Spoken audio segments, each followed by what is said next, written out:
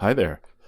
This is Peter Agoston, and welcome to my weekly podcast, The House List.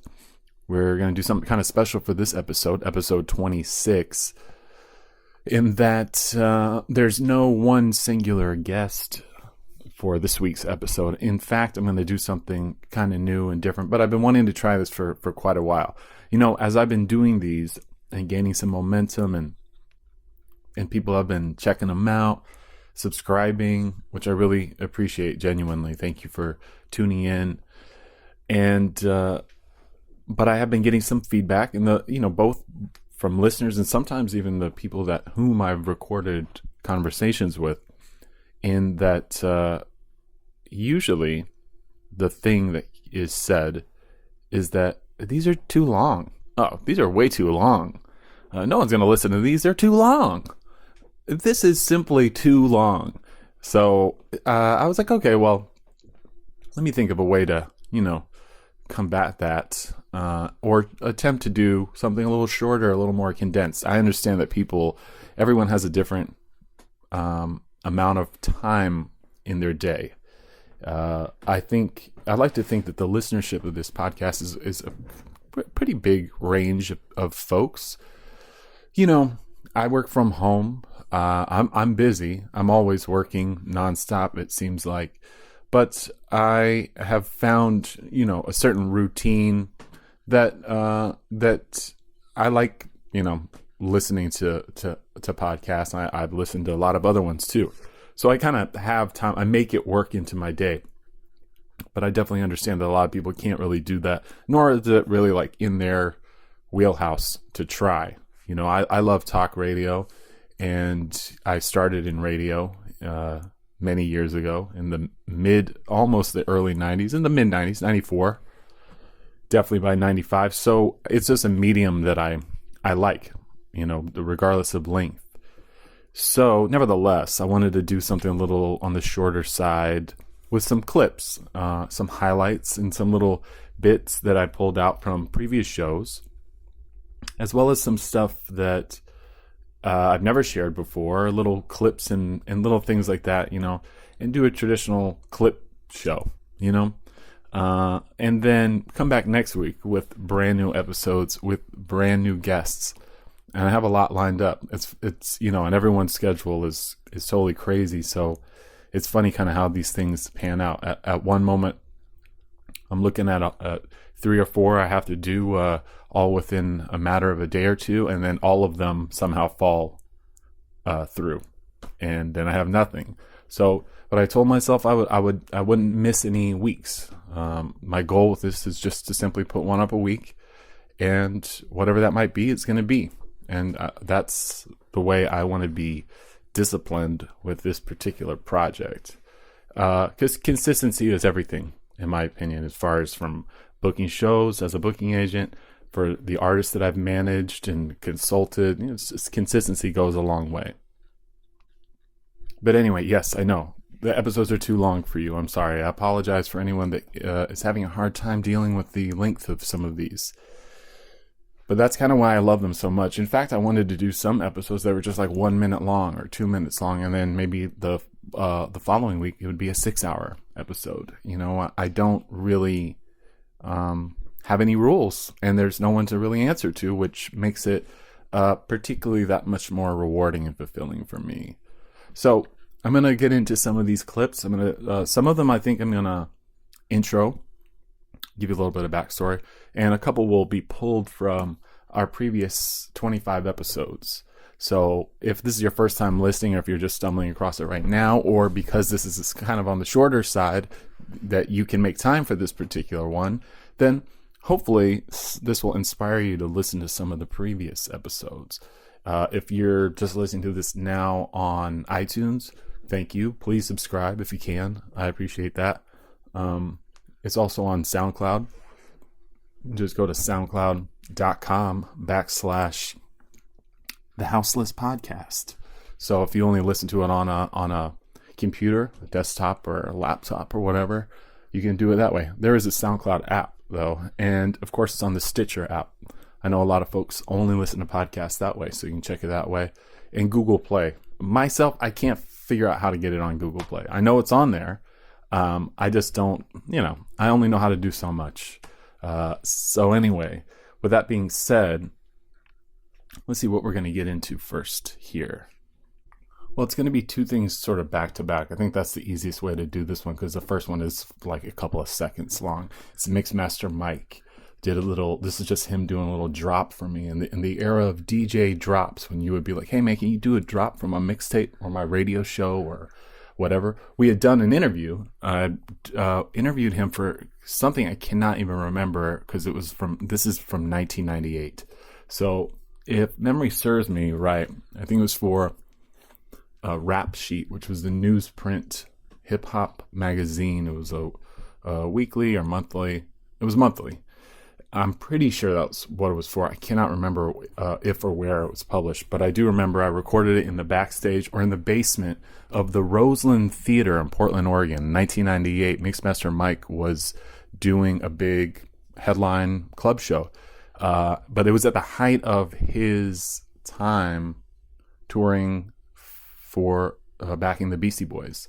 I thought this was kind of appropriate too because I saw a few days ago or last week that Mixmaster Mike will be joining Metallica on tour this summer, and as like the opening house DJ. So at doors, I guess these are all like arenas or stadiums, amphitheaters or what have you, and then in between acts too. So that should be totally interesting. It'd be amazing to interview him after that, and maybe I should try to figure out a way to do that. That would be amazing.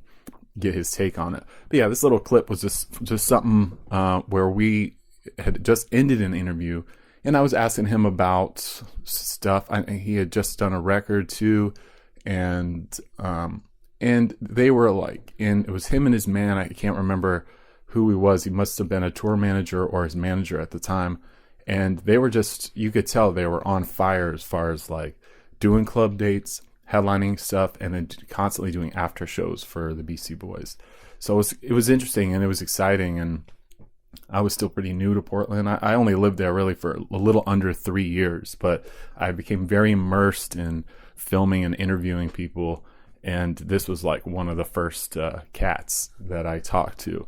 But I did a lot of interviews during that time because I was trying to make a documentary, which I never released, but I definitely got pretty close. And then that's going to go straight into a little clip of me and Jerry Heller talking, which was recorded in 2006 for a feature I wrote about him in Re-Up magazine that was in connection to his autobiography that he wrote called Ruthless, a memoir. We did a really extensive phone interview, and then when the magazine came out, I went to Los Angeles and traveled to his home in the gated community of Calabasas, California, and I was a guest in his home. And Jerry Heller, for people that don't automatically register who that is, was the manager of NWA and Eazy-E primarily, and basically the CEO of Ruthless Records, and was obviously very instrumental in Straight Outta Compton, but also Above the Law, the DOC, JJ Fad. So it was an awesome conversation. I thought he was very giving and considerate. And yeah, I went to his house with Jessica Miller at the time, who was the whole crew from the magazine was in Los Angeles to support. It was like a magazine release party. So we drove out there really quick to give him a copy of the magazine, and I sat on his couch, and he had a stack of Ruthless record 12 inches inexplicably laid across the coffee table. I'm trying to remember. I didn't write any of this down, so I'm just remembering. And we had this great conversation, and I regret to this very day not inquiring about those records, not asking him, hey, what's up? Are you trying to get rid of those? Like, I mean, can I hold those? Can I flip them at least? Like, I almost think that he set them out there for me to do that, and I was trying to be polite, so I didn't really press the issue, which I regret to this day, because who knows what was in that stack. But it was just like on the coffee table. I mean, this is an older guy. I don't think he was like preparing for a DJ gig. But I do remember he had a couple of aging pit bulls in the living room. And then when we left and we drove out, exiting Calabasas, we drove by Dr. Dre's house, and he had a huge, or at least what I recall being Dre's house, he had a huge chronic leaf painted on the driveway or something like that. I don't know if anyone's been to his house at that time in the mid 2000s. I'm sure he's probably moved since then possibly you can verify that. But this is a little clip of us talking. So without any further ado, thank you guys so much. Let's check out. I'm going to kick off the clip show with this. Then we're going to run into a bunch of other little stuff after that. Thanks so much. Yo, what's up? This is Mixmaster Mike, Invisible Scratch Pickles, and you're tuned in to Thanksgiving Brown and Culture-Rama. Peep it.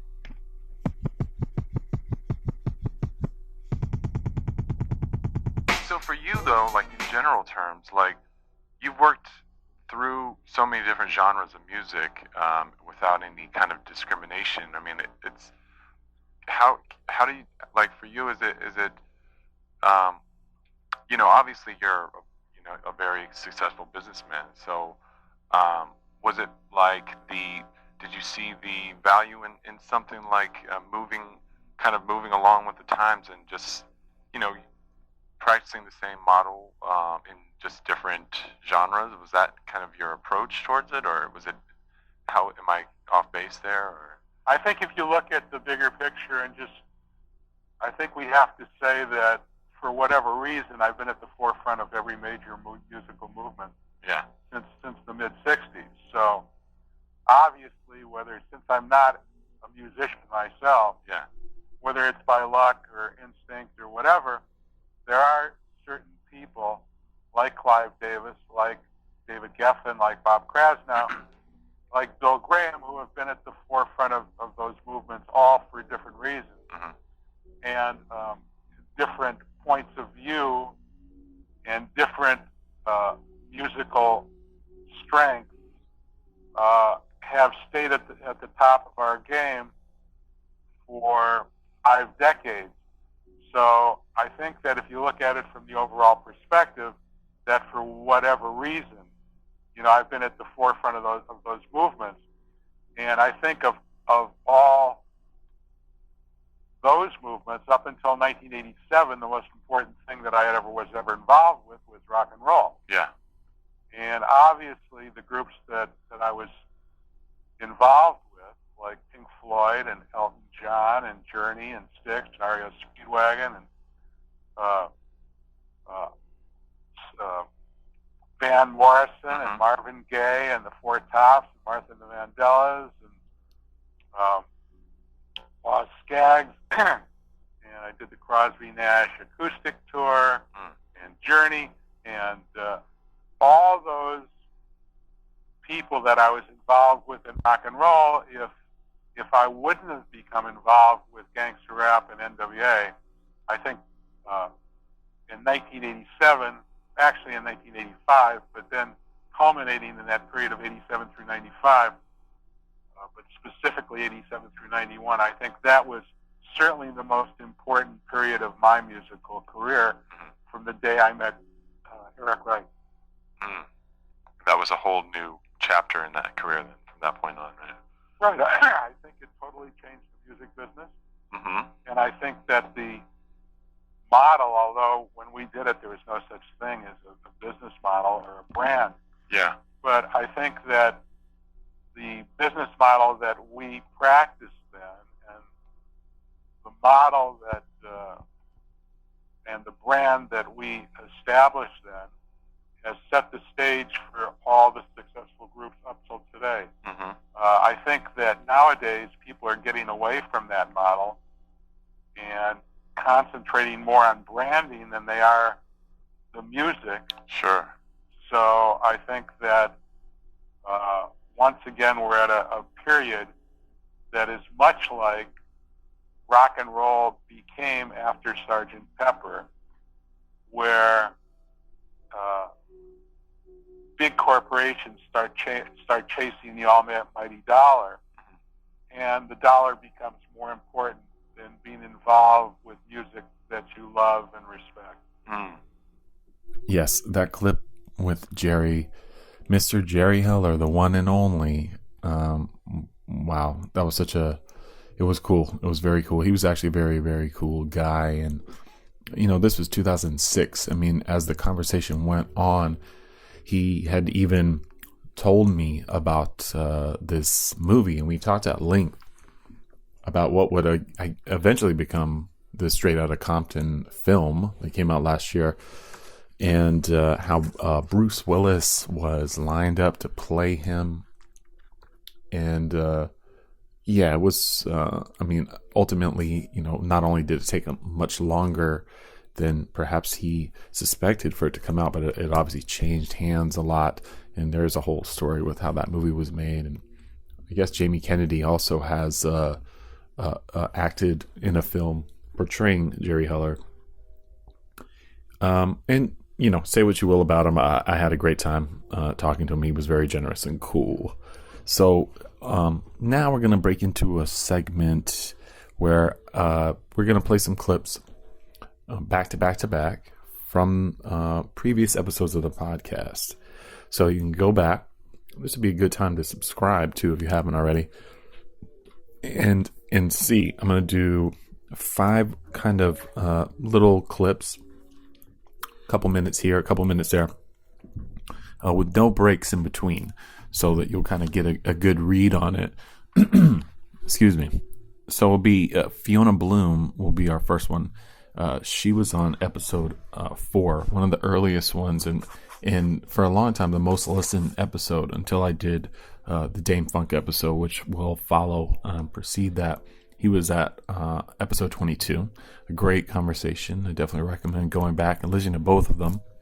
To follow that is my man Billy Jam, who tells this incredible story about Master P and working with Master P back when he lived in the Bay. Many may not really realize this. In the very early years of the Real Untouchables, Master P's original group, that he was working out of the Bay Area, and then kind of adopted and co-opted a lot of the DIY underground hip hop, gangster rap aesthetic and work ethic, if you will, and sort of packaging ethic of releasing material, and then imported that over to New Orleans. So that was a really cool story. We recorded that at WFMU in Jersey City, New Jersey. That was from episode 15 with Billy Jam. And then Michelle Cable, my old friend, and I from Panache Booking have a great little chat. We talk a little bit about Blowfly, her experience working with Clarence Reed, aka Blowfly. And then I close it out from a chat that I had with Just Ice, the original gangster rap that we did in the Bronx at his crib, from episode 3, where we go through this flight case box of records, 45s, all Yardie tunes, dub plates basically. But roots in dub music, not necessarily dub plates, because they're 45s or 7 inches. And he is an incredible DJ. Most people don't know that. So if you ever have the opportunity to see him, he does spin in New York City a few times a year. So we have a quick chat and that, and it's cool. I like the way that was, because there was some more atmospheric sound. It wasn't just like a one-on-one interview. So yeah, check out that little block. It's like 5 little clips from episodes previous. This will give you a little good a taste of some of the stuff that we've been doing up to this point. Especially for people that don't have the time to sit and listen to a full-length interview. This might whet your appetite, and then go back and check these out. I gave you the episode numbers. Peep them out. And then I'll come back with one more little clip, an outro after these segments run. All right, thanks.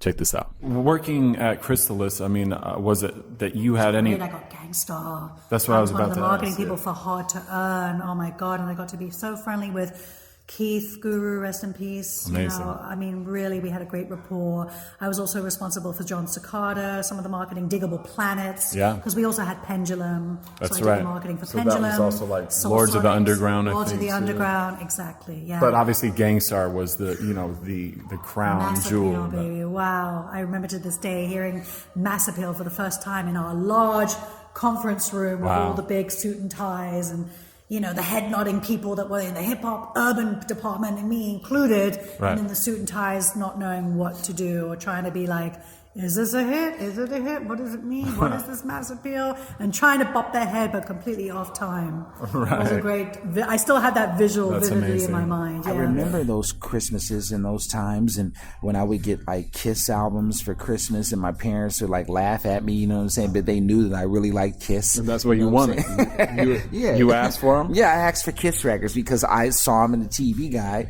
and I loved the album covers. You know what I'm saying? Yeah. I never forget. They were so sweet though, because I loved my mom, my dad, and my aunts because they were living the American dream. And I think that the American dream gets lost in everything that we're dealing with right now. There was an American dream, man. Right. You know what I'm saying? And the American dream was a black kid like myself living in Pasadena in 1979, being able to look in a TV Guide that was paid for with a subscription that arrived in the mailbox. Right. As a TV Guide, I would look in the mailbox in the TV Guide. In that TV Guide, it would be a Columbia House ad, and it would have albums that you can order for 1 penny. And when I looked at the record covers, I looked at Rush, Kiss, different groups, and I put in a penny in my envelope, and I sent off for those, and those records arrived in the mail. They came back? Yeah, Wow. they arrived in the mail. Did you know or encounter Master P at that time? Because he had the Real Untouchables, True. I did all of Master P's bios. Nice. What was that like? What was he like? Because this is his beginning of his career was in the Bay Area, right? Exactly. So he's from Louisiana. He moved to the Bay Area, to the East Bay, to the city of Richmond, California, which is a pretty tough, sprawling area. And he was there, and then he had his label downtown Oakland over by the lake, and No Limit it was called. So he started out, and then he first there was Herm Lewis, who I also knew and worked with. He got out of jail, and he put out his compilation, which was Trying to Survive in the Ghetto, a San Francisco compilation.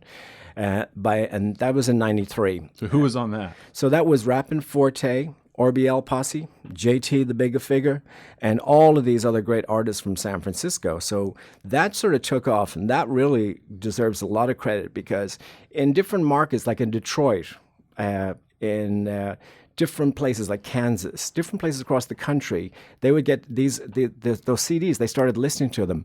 And interestingly, when you go back and you listen to early 90s music from a lot of places around the country, you're like, wow, that sounds kind of like Bay Area stuff. And part of the reason is that people, usually they listen to something and then a year later they do their record and it sounds like what they've been listening to.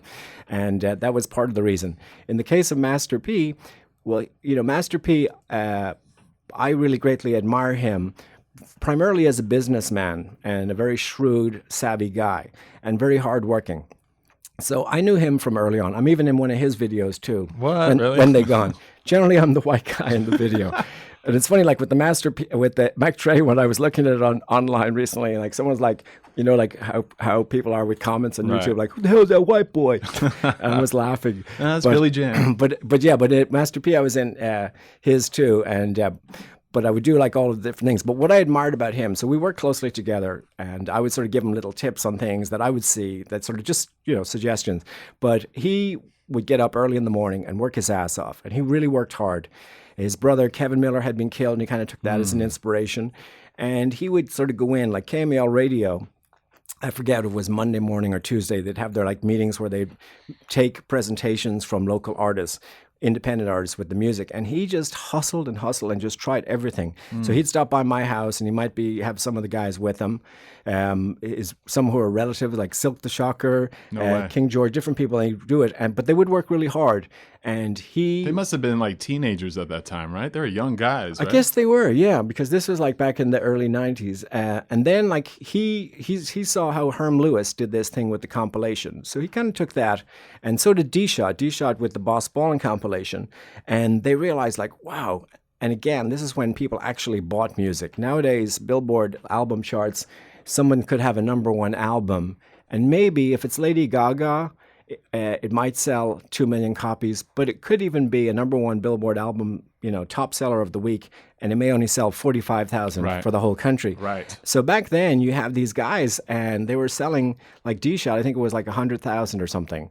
And so then West Coast Bad Boys was the one that Master P did, and he put it together and did the whole thing. And then Dwayne Terry, who did Tired of Me. E40 is another guy that I was very supportive of early on. And people like, oh man, he's whack. It's like rapping too fast. He can't really rap. People slept on him so hard in the early days. Yeah. But anyway, the whole clique. Yeah. I mean, the clique there's a lot of talent there, but we can talk about that in a second. Right. But anyway, this guy, Dwayne Terry, who is a really talented guy, video producer, does radio. He's down in Florida now.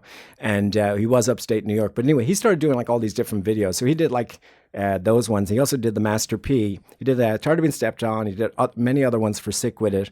And then he also did that Master P, the big, the one where there was all of them. I forget what it's called, but it's from that compilation where everybody was on it. Right. And so Master P did that. And then at the same time, he kind of relocated back to New Orleans and then, tapped into everything.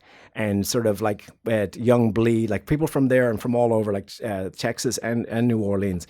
He was like, a lot of people would diss him, like he kind of copied the Loonies, Ice Cream, and he took different things and he would copy. But really, he was more like, sort of like a Puff Daddy in a way, that he was just shrewd and he knew what to take. Like Absolutely. He was more of a smart businessman. He was kind of a genius, honestly. Exactly. Like. And I give him, major props for all of the things that he did. So he kind of took that and then took it down south and basically took the Bay Area model, the blueprint, and then kind of, perfected it. Mostly like performing as Blowfly, and his career kind of been revitalized by his manager at the time. And I believe I interviewed him in Panache. It was like 9 years ago. That's how I met him. I interviewed him and put him on the cover, and it was the first issue that came out in New York.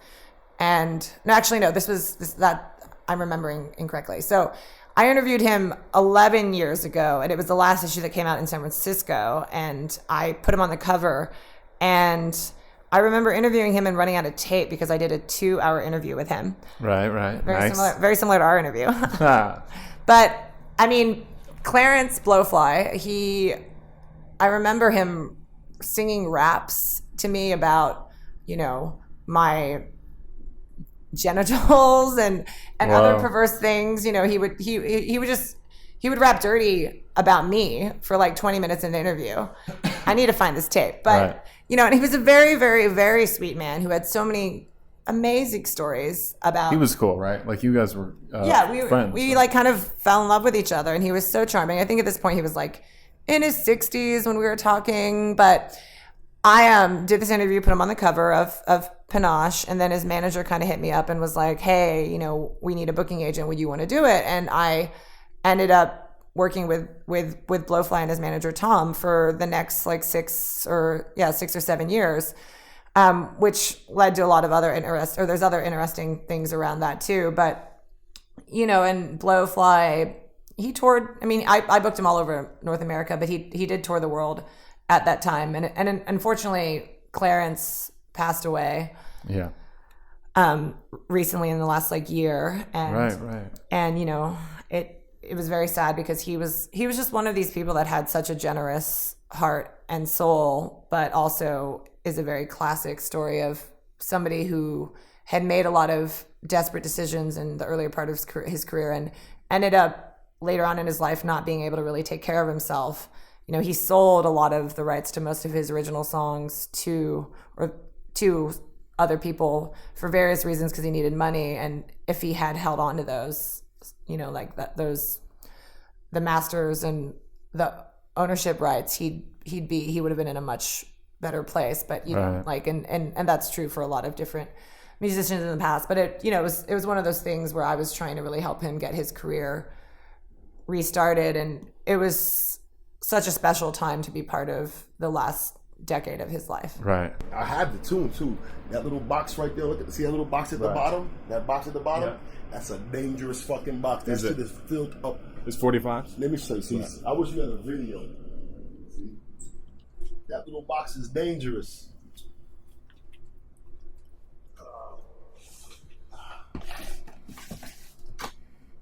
Yeah, because I don't think a lot of people really know that side of your career too. They don't understand what you do that stuff. They don't understand.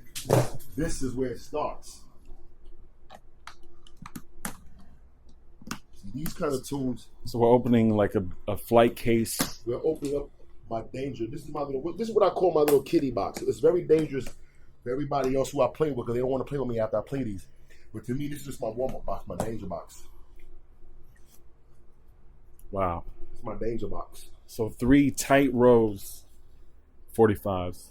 I could show you a record by Sam Cooke that was made in Jamaica. Amazing. Where is it? And this is all yard music, right? All Jamaican music. So were you playing this out too? Yeah, I got to play on my birthday, November 15th. I play with Deadly Dragon. Oh, very cool. All right, cool. Where the fuck is that tune at? See, a lot of people don't understand that hip-hop actually comes from this music. See, check this out. This is David Ruffin. Right. I Wish It Would Rain on a Studio One. Amazing, yeah. That's Studio One. Right. So, and this is not the same Temptation shit. This is a Studio One. Meaning probably the sound dimensions backed them up with the music. Sam Cooke, here it is. This is Sam Cooke singing My Teenage Sonata. I'll play Teenage Sonata for you too. So you can hear clean. What it sounds like. Very clean too. Oh, hell yeah. I take care of my records, man. Nobody touches my records but me. Right. Nobody. And I wash my records like I wash my dishes. Really? Yes, I do. I get soap and a rag and a cold water and I wash them. I put them on a plate. My girlfriend being, she be thinking I'm crazy. She's like, yo, you treat your records like you eating dinner. I'm like, yeah. I've always wondered about that. I have a lot of records too. I've never washed them like the soap and water style. That's it. Soap, mild soap, cold water because the hot water will bend the vinyl. Right. You know? Incredible. So this was really first, I mean, like for you, right?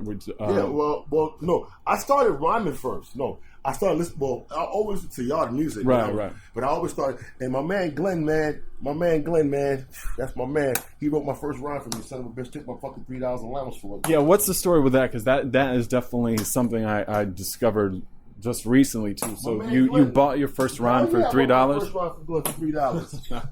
And he first of all, motherfucker, gonna ask me. And Glenn, at that time, Glenn had to be 13 or 12. I had to be like about maybe 9 or 10. Okay. And Glenn was like, I'll write you a rhyme. Because I'm hearing everybody rhyming and shit. Right. I didn't want no shit like dip, dive, and so socialized, clean out your ears and open your eyes. I didn't want that shit. Glenn was like, yo, I'll write you a rhyme. Because at that time, my name wasn't Just Ice. It was Kid T.O. Oh, okay. Interesting. It was Kid T.O.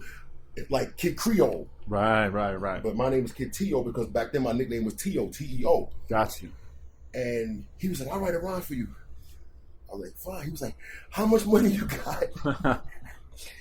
I said, Glenn, I got $3. I just got my allowance, man. And at that time, $3 was a lot. Pizza was like 50, 75. A slice of pizza was 50 cents and a Sicilian was 75 cents. So $3 you can stretch that. Life. You go to Nathan's with $3 back in them days, you get a burger, fries, and fucking drink and change. Wow. I've done it. Wow. And Jack in the Box was right there on White Plains Road. He robbed me, yo. He said, how much you got? I said, $3. I just got my allowance. He said, the rhyme will cost you $3. Wow. Everything. I was like, Glenn, seriously? He said, you want the rhyme? He's like, yeah, give me $3. I gave him the fucking $3. Hey, yo, Peter, no bullshit. I called Glenn, and this was years ago. This is more than 30 years ago. Wow. I called Glenn like about last year. Do you know that nigga spit that rhyme to me? I don't even remember that shit. He's like, I bet you remember the first rhyme I wrote you. I was like, no. He was like, and I was like, holy shit, you remember that shit? Yeah, well, probably through your career. Here's the funny thing. I said, can you write it and text it to me? He said, you got $3? Oh, shit. I was like, Glenn, are you fucking serious? Wow. He was like, you give me $3, I will give you back this rhyme. Right. I was like, fuck you and the $3, Glenn. How about that? How about those? You like those? That's what I thought. I hope you liked them. And I appreciate you guys listening, especially if this is like your first time checking out the House List. This is a labor of love. I know I say that from episode to episode, but you can tell with the people I'm talking to, these are mostly people that I know very well. And that's kind of nice as far as like starting this whole adventure of producing the podcast. And, also want to let you know that all of these, can you hear? I'm walking around my apartment right now. See, this is how it is. Like, there's no studio. I'm not sitting down. I do have headphones on. Got these Marley joints. Shouts to Marley. And I'm doing these a House of Marley, rather, and my man Josh Lynn. And I do these, the intros and the interviews are all done on this handheld Tascam mic. So it is a little on the DIY side, but I think we pull it off with my man CJ Stewart out in California, who does the editing and engineering, hooks it up. We go back and forth. It's pretty hilarious. The way we do it is all very shoestring, but him and I have known each other for a long, long time. And we've done a lot of music together, recorded many albums together, and done shows. And he's just like one of my best friends too. So doing this with him is a treat as well. So, yeah. So I just want to let you all know that. And so I'm going to close this particular episode out with two more little clips. One, I was thinking whether or not I should put this up, but I just found it to be too unique not to. And this was a couple minutes of a conversation I had and recorded with a taxi driver here in New York City late one night coming back from Manhattan into Brooklyn. It was a yellow cab. And the guy was like a young man, probably in his 20s, late 20s, that was into hip hop. He was a producer. He made beats. He was a hip hop head, a hip hop fan.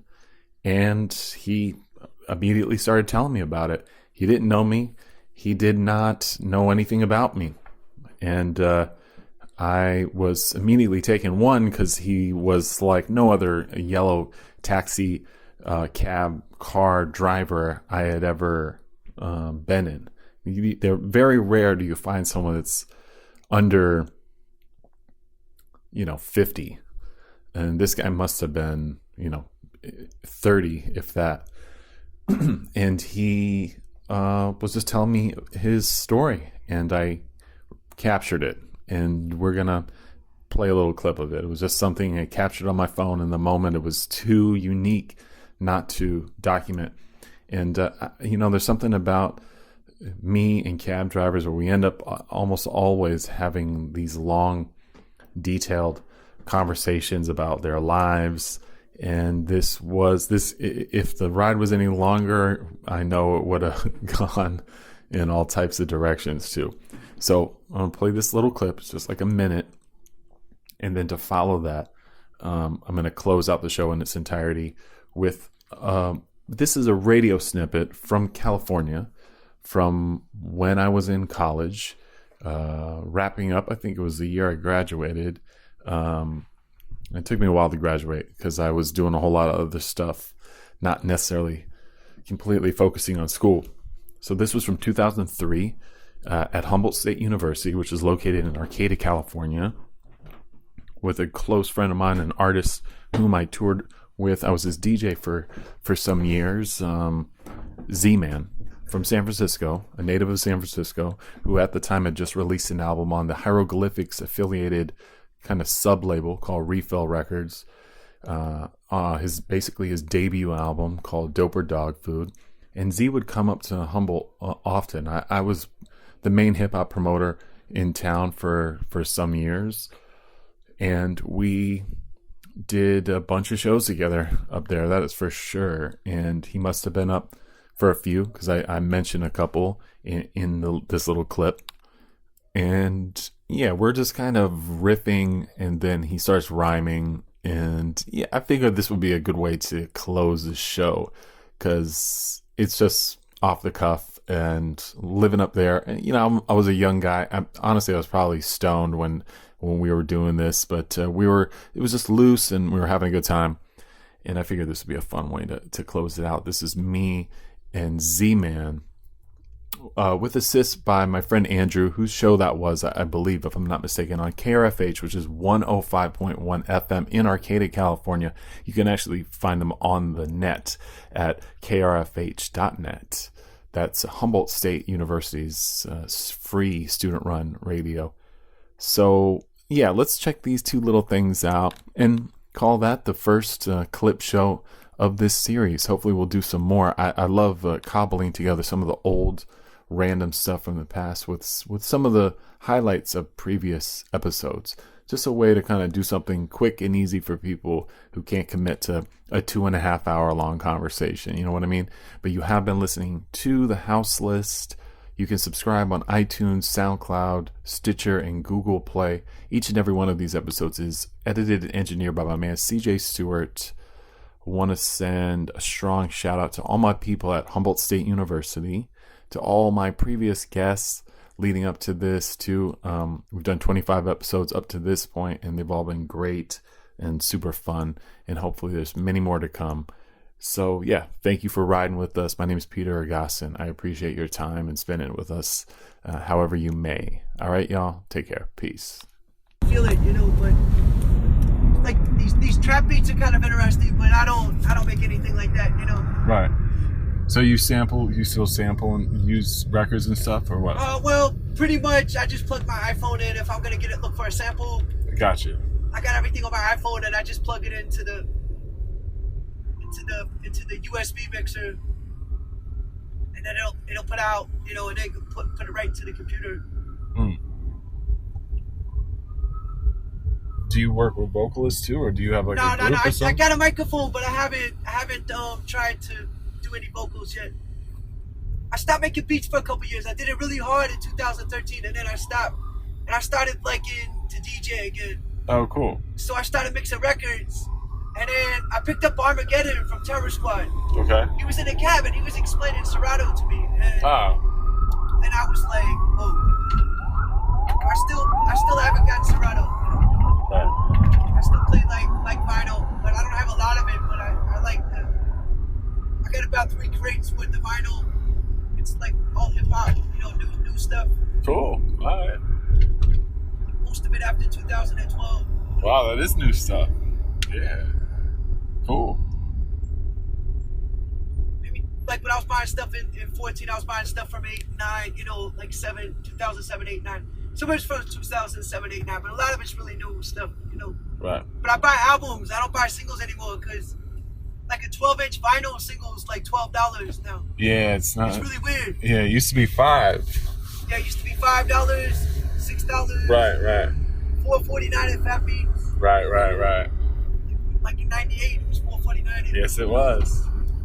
Yeah, when I first moved to New York, I actually was working at like one of the first online hip hop retail record stores called Sandbox Automatic. I don't know if you ever remember them or bought records. I think Bobito put all his stuff on the Sandbox. Yeah. Like he directs people when you go to vinyl.com. Right. It redirects you to Sandbox. Yep.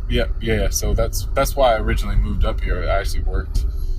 I didn't know they were based out of the city though, but it makes sense. They are. Yeah. So Bobito probably took his records over there and just said, here, it's in their hands now. Whatever you make of it, just give me, Right. Such amount. Right. Yeah. It was. Right. Just like cosign everything. Consignment. Yeah. I wonder. Yeah, if they bought it off of him for wholesale or what. But yeah, it was an early. I'm gonna just concentrate on being a hoe, but I want to give it up one time to the Hop Shop. You know what I'm talking about? With that, I had a question that always I've been wondering. Is what differentiates a professional rapper from a non-professional rapper? You being a professional. I'm trying to be professional. That's the whole thing. It's like I don't know. You can tell the difference. I mean, we got amateurs, of course, and you have really professional cats. But what's funny is a lot of cats are really professional and they don't know it. You know? Sugar. You know what I'm saying? And it's just, the difference between amateurs trying to get better, you know what I mean? Trying to get to that point where he or she is really nice, and a professional is pretty much very experienced. You know what I mean? Yes. Yes. So, Who is the most professional rapper you've ever met? Thanksgiving Brown. Most professional. Well, with that, why don't we check out another song off the album? The album again. You know who's very professional? Who? Coogee Rap is very professional. I'll say that. Have you met Coogee Rap before? No, but with that, everyone, once again, the album Dope or Dog Food on Refill Records, an Oakland-based record label distributed by Hieroglyphics. We have Zaman Christian, aka Z-Man, in the house. That's Christmas tree, buddy.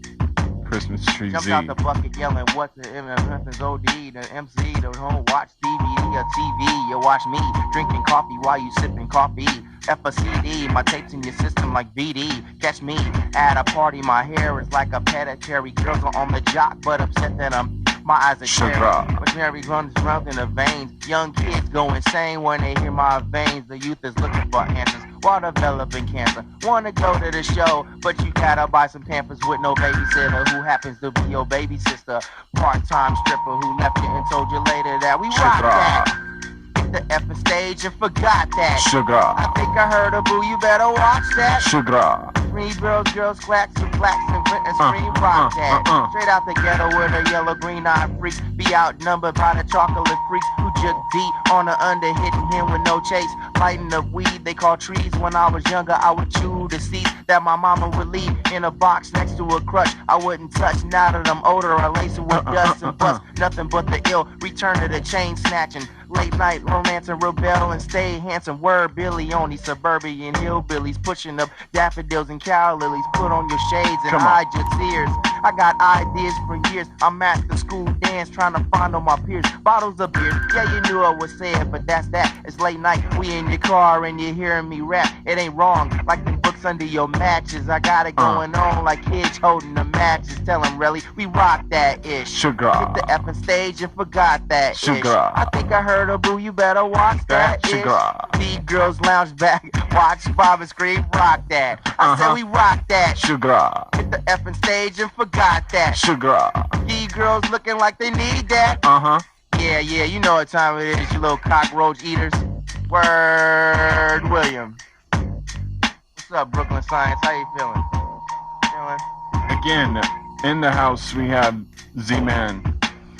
Z-Man will also be performing on Friday evening at the all-ages venue in Manila, California called The Placebo, in performance with several other bands of varying genres. Word, not to be confused with Manila, like in the Philippines. This is Manila, California. All right.